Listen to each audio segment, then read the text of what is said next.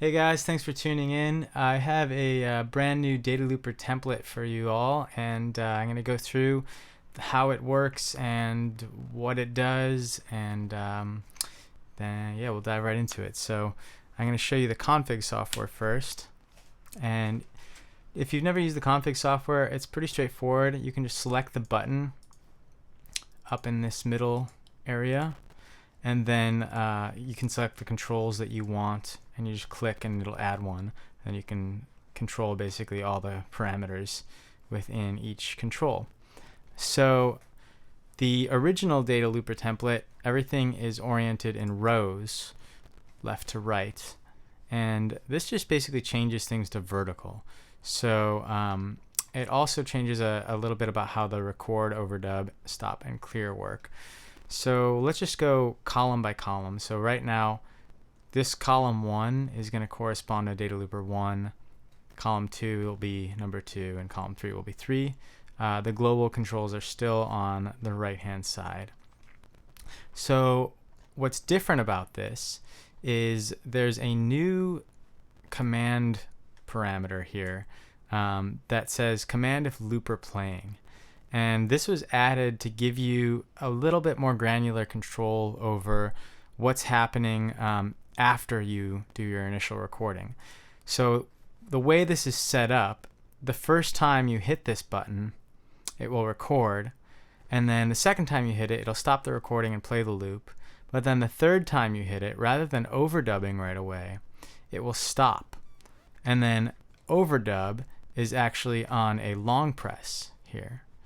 So the thinking behind that is that generally when you want to stop a loop, you want that to happen right away. Whereas overdubbing, since you're overdubbing something, you can have a little bit more time before that starts. And in practice, it works really well. The next button up here, I found personally that I really like to be able to clear things really quickly. So rather than having the long press to clear like we did on the original template, this will just clear immediately when you press it down once, and if you do a long press, it'll do a fade out for you, and that is a 4-second fade out.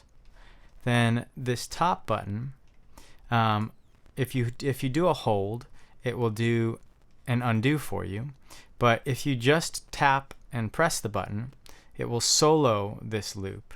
So when you've got all these loops going, I really like the kind of hip hop thing where you just solo out the drums or solo a certain instrument for a second. So this will allow you to solo it, and then if you tap it again, it'll unsolo. And the solo is set to where it won't mute any of the tracks that are not looper tracks. So you can see there's a setting here, you can change that. But what it'll do is just mute all of the other Datalooper tracks. So if you've got some kind of clips playing, or you've got a backing track that's going along or whatever, that won't get muted, but all the Datalooper tracks will, and you can change that if you like. So I'm going to skip these two columns because they are exactly the same, just for tracks 2 and 3, and then move over to this top right.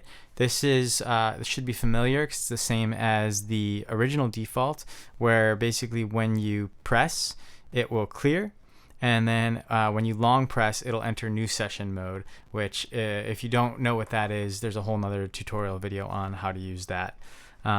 Then this middle button, rather than doing start, stop, or mute all, this releases all of the solos. So I found really fun to go through your loopers and then solo different things, and then just at the last kind of second, press this button and it turns all the solos off, and you get some like fun builds that way. Now this button will just change to the second preset. So when you tap that, it'll go to preset 2, which has basically the exact same thing going on. The only difference is that on this bottom button, when you tap it, it'll change to preset 3, and if you long press, it'll go back down to preset 1. Preset 3 is also the exact same thing, except when you long press, it goes down to 2, and when you tap, it just goes back to 1. So it'll just cycle between 1, 2, and 3. So let's just see what that looks like in practice. So you'll see when I hit this, it'll record, and then now it's flashing green, it's playing a loop. And when I hit it again, it'll stop right away. So if I hit that again, it'll play. And then when I hold down, it overdubs. And then I can press again, it'll play. And then when I press this, it will clear. Now if I've got a loop playing, then I can solo up here. And this will highlight blue to indicate that it's soloed. Then I can clear the solos like that. And then I can still do a clear all here. And then you can kind of see the screen right now changing presets, and it'll just cycle through. So let's move over to what this looks like in Ableton now. And I can show you kind of how I've broken down the default template, and this is going to be a little bit different from how it was before. Okay, so here we are in Ableton, and I'm going to stop the transport, and you'll see that things look a little bit different than the normal default template. So I like to use groups a lot, and you'll see right here I've labeled these 3 tracks set input. By default they're set to input 1. You're going to want to change this to whatever inputs you're using for whatever instruments you want to loop. This group you can also add MIDI devices if you want by just right clicking and clicking insert MIDI track and adding instruments. You'll also note that all 3 of these tracks have a reverb. In general, when you're mixing and doing kind of pro audio recording bands and stuff, it's nice to put reverbs and delays and stuff on sends.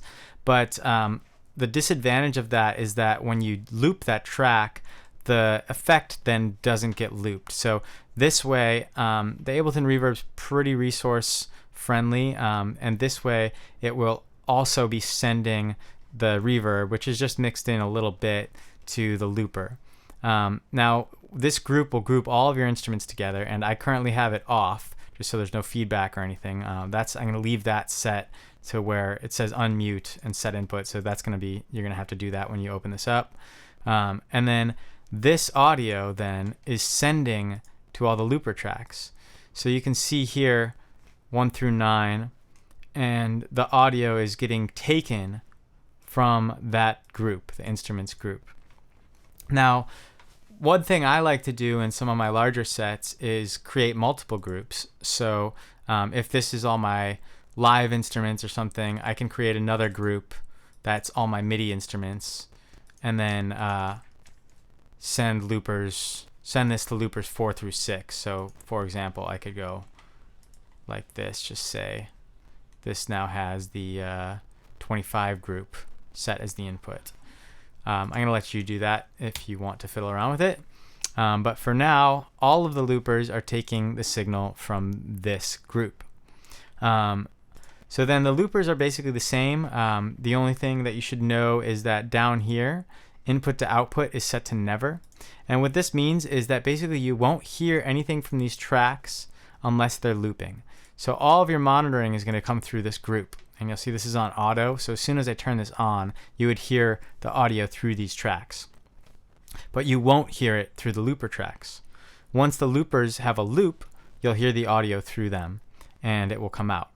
Now another thing that you'll see that's different in this Ableton template is that there's this other group called Loop Rec. Now this exists to record the output of the loopers. And the reason for that is because when you record your set, if you just record the loopers as is, then you're recording all of the automation of when the audio started to get sent to the looper, when it was looping, and you're not actually recording the output of the looper, which is generally what you really want. You're recording basically the signal that gets sent to the looper here, and then if you're playing back, you have to play back linearly to allow the looper to go through all the automation. So to get around that, basically have these tracks which take the output from each looper and then record it. And then you'll get basically at the end of your recording a really clear picture of what you were looping. One thing to note is, well, 2 things to note. You'll see monitoring is off here, which means that you're never going to hear anything from these tracks while you're playing.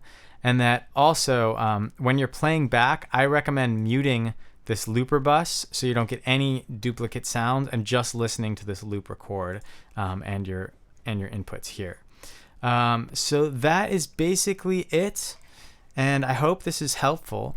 I'm going to put this template up online and send it out, and I've got a couple other kind of fun configurations and templates coming, so definitely keep an eye open for that. And if you've got any tips, a lot of what you saw with this whole situation came from users saying, hey, wouldn't it be cool to have this additional button for overdub or whatever, and me programming it in, trying it out, and realizing that the users are generally smarter than I am. So if you have any questions, again, you can get in touch with me really easily via the contact button on the Datalooper website, or if you need to, if it's an emergency, you can always call me at 805-242-6506, and I try and get back to emails as fast as possible. There's also the Datalooper forum that I am also monitoring. So thank you guys so much, and I hope you find this template enjoyable.